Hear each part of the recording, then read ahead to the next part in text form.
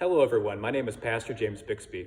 I'm coming to you from Clifton Lutheran Church. I'm also an executive member of the Marblehead Racial Justice team, and I am pleased to share with you today a conversation that we had with Representative Seth Moulton. We were joined by people from all over Massachusetts, but especially by people in his own district, the 6th district here, as we were in support of a piece of legislation that he has put forward. It's called the GI Restoration Bill. He'll tell you a little bit more about it, but I want to tell you how grateful I was to Representative Moulton and his team for taking the time to spend with us and to go over what I believe is a very, very important piece of legislation. Not only is this a template that hopefully can galvanize us into further action to right some of the historic wrongs that have been perpetrated on people of color in this country, I hope also that it is a way for us to feel proud about ourselves as a nation and proud of those who have answered the call of duty and have sacrificed and have given sometimes absolutely everything for this country, sometimes even before it recognized them in their fullness. Now we are in a moment where we can give back and where we can support those who have done so much for us and deliver a promise that was made, a promise that if you fought in that conflict against evil, if you went overseas and gave of your time, if you were owed the GI Bill, and if that was going to be a part of your generational legacy of education and housing, that you can have that as long as this bill passes. So I hope that you'll join me in this informative and very moving conversation, and I hope that you enjoy. Welcome, everybody, to this chance to gather together and speak with Congressman Moulton about the GI Restoration Bill that he is co-sponsoring. Thank you so much for joining us today, Congressman Moulton. I know you're very busy and there's lots of important things to do, but to take the time to do this with us means a lot. As a brief little bit of introduction, Congressman Moulton serves almost everybody here who I know on the 6th district here in Massachusetts. And important to this conversation, in addition to his work on the Hill, is that Congressman Moulton served 4 tours in Iraq as a Marine, and during which time he was decorated with the Bronze Star. So as a person who benefited from the GI Bill himself, and coming from a very personal place, I can see that this means a lot to you, and this is a very important bill for that. And I won't be able to maintain the fiction of not knowing you any longer, by the way, also, Congressman Moulton. He and I work out together. So I can tell you something else about him, which is that he works out like a Marine too, to this very day. Well, thanks for joining us. Thank you, Pastor. I tell you what, as I explained to people, working out is good for my physical health, and it's necessary for my mental health in this environment that we have in Washington today. That is my #1 answer to just the question of how do you deal with this, what's going on in Washington. But you know, the reason I keep doing this is because despite the frustration, despite the division, despite all the problems with politics today, we are still doing some good and important work. And sometimes it's as simple as keeping the government open. That's a very low bar. But sometimes we're actually able to work on and eventually pass transformative legislation. And I think that that's what this GI Bill Restoration Act is. So thank you so much for joining me this afternoon. I'm sorry to keep you waiting a few minutes. That was not the organizer's fault. That was mine. I was stuck in a meeting. Votes ran a little bit later than anticipated this afternoon. It's backed everything up. But I just want to come back to where Jim started, which is that sort of the story for how this evolved. I am here today in large part because of the GI Bill. Running for office is not something that I plan to do at all. I went to great schools and had some really important mentors, including the single most important mentor in my life, who was the minister at Harvard College, the Reverend Professor Peter J. Gomes, someone who was a man of contradictions, a gay Black American Baptist minister at one of the most secular universities in the world, but also someone who had one of the most popular courses on campus and a real moral leader for the university. And he challenged students like me to not just go out and make money, but go and make a difference, find a way to serve and give back. So I looked at different options, teaching in the Peace Corps, serving overseas in different nonprofits, or joining the military. And at the end of the day, I just had so much respect for those 18-year-old kids, sometimes 17-year-olds that are serving out on the front lines of our nation's military that I decided I wanted to do my part too. I shared this with Reverend Gomes the spring of my senior year. I said, I've made a decision. This is how I'm going to serve. This was April of 2001. And he thought about it for a bit and he said, Seth, I don't like the idea of you joining the Marines, but I think you're doing it for the right reasons. And then he added, almost just as an offhand comment, as I was walking out of his office, I'm just glad there's not a war going on because I think you'd probably get yourself killed. Of course, 3 months later was September 11th. And I was in a military situation that I didn't anticipate. But even over 4 tours in the Iraq War, a war that I very publicly criticized, I was honored to serve and honored that no one had to go in my place.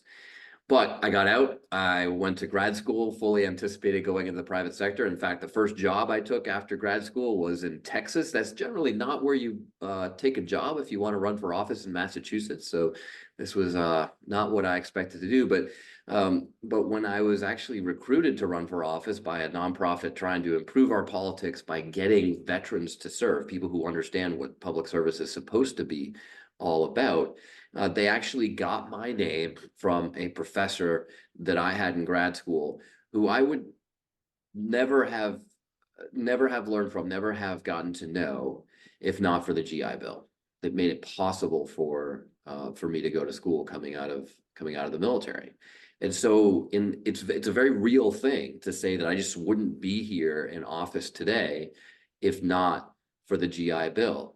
And so after serving in Congress for a few years, when a actually former staffer who happened to also be a Marine veteran called me up or sent me an email one day and just brought to my attention a fact that was very little known among today's veterans, that the GI Bill, despite being, admirably not racist in its conception, was actually implemented in a very racist way. And a whole bunch of Black World War II veterans were simply denied the benefits that they had earned, that they deserved, and that all their white comrades in arms received because of the color of their skin.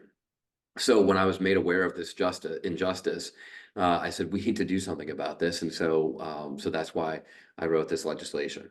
I thought very carefully about who I wanted to work on it with, and was very honored to have Jim Clyburn become the first co-sponsor of the legislation. And he and I have been working together to advocate for it ever since.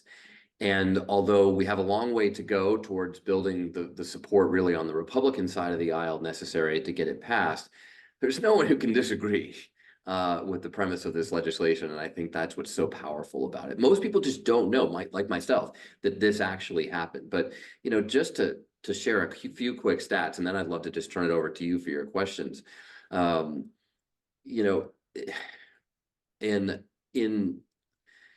Let's see, just thinking about starting with Mississippi. So in Mississippi in 1947, only 2 of the more than 3,200 home loans administered by the VA in Mississippi cities went to Black borrowers. 2 out of 3,200. Way, way, way less than 1%, which is just shocking. But you might say, okay, well, that's Mississippi. I mean, this is 1947. That's pre-civil rights. What about up in the Northeast? Well, in the New York and New Jersey suburbs, less than 1%, also less than 1% of the mortgages insured by the GI Bill went to Black borrowers. In New Jersey, in the New York suburbs, I mean, a place which you would expect to be one of the most progressive in the United States. And so as a result, so many Black families, not just Black veterans, but Black families, have been denied the 2 primary post-war vehicles for wealth accumulation and rising up the income ladder in the United States, which are home ownership and an education. You know, that, I mean, you can debate whether those are the right ways to get ahead, but those are the ways that for a couple generations now, people have been getting ahead in America, being able to go to college and being able to invest in a home, and they were just completely denied. And so this is not just an injustice to Black veterans, it's an injustice to their families. It's a generational injustice because you're much less likely to go to college if your parents didn't go to college. You're much less likely to own a home if your parents didn't own a home. So that injustice perpetuates to today. And so although I regret the fact that we can't actually give these benefits directly to the Black veterans who own them, we have every right and I think a responsibility to get them to their families, and that's what this legislation does. So I know we got started a little bit late, 4 minutes late or whatever. So let's turn it over to people for their questions if you want. Is that what you like to do, Jim? That'd be perfect. Great. Okay, and I'm happy to offer some more background and stats on that. But I think you at least now know the story. That was very helpful. Thank you. Cheryl, could you go off mute? Sure. Thanks. Congressman Moulton, I am Cheryl Boots. I'm a retired professor from Boston University and longtime Marblehead resident. Although in the interest of full disclosure, I now live in Bethlehem, Pennsylvania, and Susan Wild is my representative, but I'm sure you are familiar with her. Well, I like Susan a lot. We work on a lot of mental health stuff together. Yeah, I've been very impressed with her staff and her work. Thank you. Could you talk a little more about what mechanisms allowed the exclusion that you talked about in terms of African-American GIs from the GI Bill, and how prevalent that was? I mean, you sort of indicated a little bit, but do you have any more background you can give us? Yeah, those are great questions. So, I mean, the mechanism was basically that it was up to local administrators to literally award these benefits. So you would come in and apply for a loan, and you would get it awarded. I went through this myself. So I bought my first house, actually a condo, through the GI Bill with a VA loan, and the Salem real estate prices have gone up faster than the GI Bill has kept up with. So I actually had to combine my loan with another veteran. We bought this condo together, and to do that was a cumbersome process. It's actually worth going through this for a second just to give you an idea of what this is like for veterans. We heard about this condo. We looked at it. We said we like it. Let's go ahead. There was a bit of a bidding war that seemed about to start.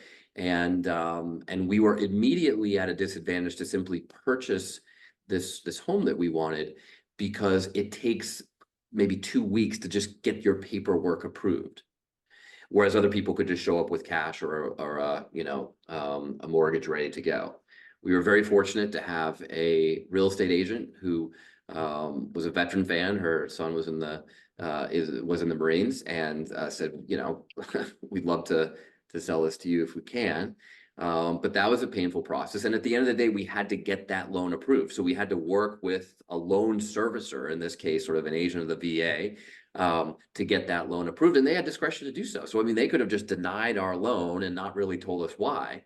And that's exactly what happened to so many Black veterans. They were just simply denied the loan. They went and applied, and they were denied the loan. Now, when it comes to college, there's actually some evidence that there were real policies against this. And one of the people the bill is named after actually applied and was accepted at Harvard. But the Harvard president at the time said that if we give him a loan, it will set a dangerous precedent, i.e. a precedent that Black people can attend Harvard. And so this wasn't just the case of one-offs. This was systematic. And that's, of course, what you see in these shocking statistics, right? I mean, it would be bad if the VA loan acceptance rate were 80% of what white veterans got for Black veterans. That would be bad, because that's not just. But it's not even close. It's like a fraction of a percent. So this was clearly systematic, but it's through these local administrators, or in some cases, college administrators, that this happened. I had to, when I did go to Harvard for grad school on the GI Bill, the account I don't know what it was, the sort of not the admissions office, but the sort of tuition office or whatever, used to call me off the hook because the government wasn't paying the bill, because the government bureaucracy wasn't paying the tuition on time. They're like, well, Seth, like, you want to keep going here, you want us to keep showing up to class, you got to pay. So, well, the GI Bill is supposed to be, well, they haven't paid. That's just an example of the government bureaucracy. But then Harvard, of course, also has discretion as to whether they just allow that or not, and that's exactly what happened in the past. So more I can say about that, but I hope that gives you an answer to your question. Thank you. Go ahead, Lou. Hi, Congressman Moulton. I'm Lou May, longtime resident of Marblehead, and want to express appreciation for your service in so many ways. Thank you. I've attended some of your veterans activities at Abbott Hall and other places, and those are sure meaningful too. But you just gave us a glimpse into, and so you've commented on that part. But now, in the text of the legislation, what are the features that are gonna make this come to mean something to the beneficiaries? Right. So the basic gist of it is what it says is that if you are a Black veteran from World War II or a descendant, it's obviously mostly descendants now, then you can get some portion of these education benefits. So the granddaughter of a Black World War II veteran who did not get the GI Bill benefits that he earned can go to school with the government's help. And there will be a lot of debate as this legislation moves forward about the details, right? Exactly what the boundaries, the rules around eligibility should be, how much of the benefit you get, and therefore what the total cost of this legislation will be. But some Republicans have said, Seth, this is a good idea, but it's just too expensive. My response to that is that although we can obviously debate and determine what the exact expense will be, the relatively large price tag on this legislation is just a measurement of the size of the injustice. And that doesn't mean that we shouldn't correct it. This is not my generation's fault, right? This is not my generation's fault, but it is my generation's opportunity to correct this historic injustice and do right by our American values. Very persuasively stated. Get on board, all you co-sponsors. Well, thank Thanks. you so much. I have bad news. I was delayed a few minutes starting because of votes, and now they have called votes again. And you send me to Washington to do a lot of things, most of all work for you. But my primary responsibility is to actually vote. And so I would not be doing my job if I didn't actually go and vote. So this is I guess in total we're cut about 10 minutes short, and I apologize for that. But I'm so glad that we were able to have this conversation. Jim, thank you so much for your persistence and perseverance at getting this on the calendar. I'm getting another text that's like, you got to go now. But thank you all very much. And look, this is representative. This amazing group is representative of the energy and effort behind this bill. But we have a lot of work to do to actually get it passed. Most of all, get some Republicans on board. So if you know a Republican member of Congress or the Senate that you can make this case to, please do so. And we're going to do a lot of other things through different channels. Owen has been talking to us, among other people, about ways that we can more broadly publicize this. We're gonna try to do that as well. So thank you again. Sorry, I've got to run. Thank you. I look forward to being. Thank Thank you, Thank Seth. you. I Thank appreciate you. your time so much. Great. And a big thank you to everybody who came out for this too as well. Seth kind of gave his closing charge there, and I hope that was something you hear. But just in terms of talking to friends and neighbors about this too is also helpful. And there's so much that can be learned and gleaned about the specifics. But I do hope that something like this also opens the door and opens our imaginations up also about how it is historic injustices can be wronged in the now, or can be righted in the now. So thanks everybody for coming out. If you saw the chat there, if you're interested in getting in touch with MRJT, our email is found in the chat. It's info@mrjteam@gmail.com, and there's lots of opportunities to connect, and we tend to do a lot of programming, and we'd love to see you there. We really appreciate you coming out and taking the time on this day. So thanks to everybody. Thank you, Gracia, Thank you. especially. Thank you, Tyler, for getting this going, and all of Seth's team too, who were very instrumental in today.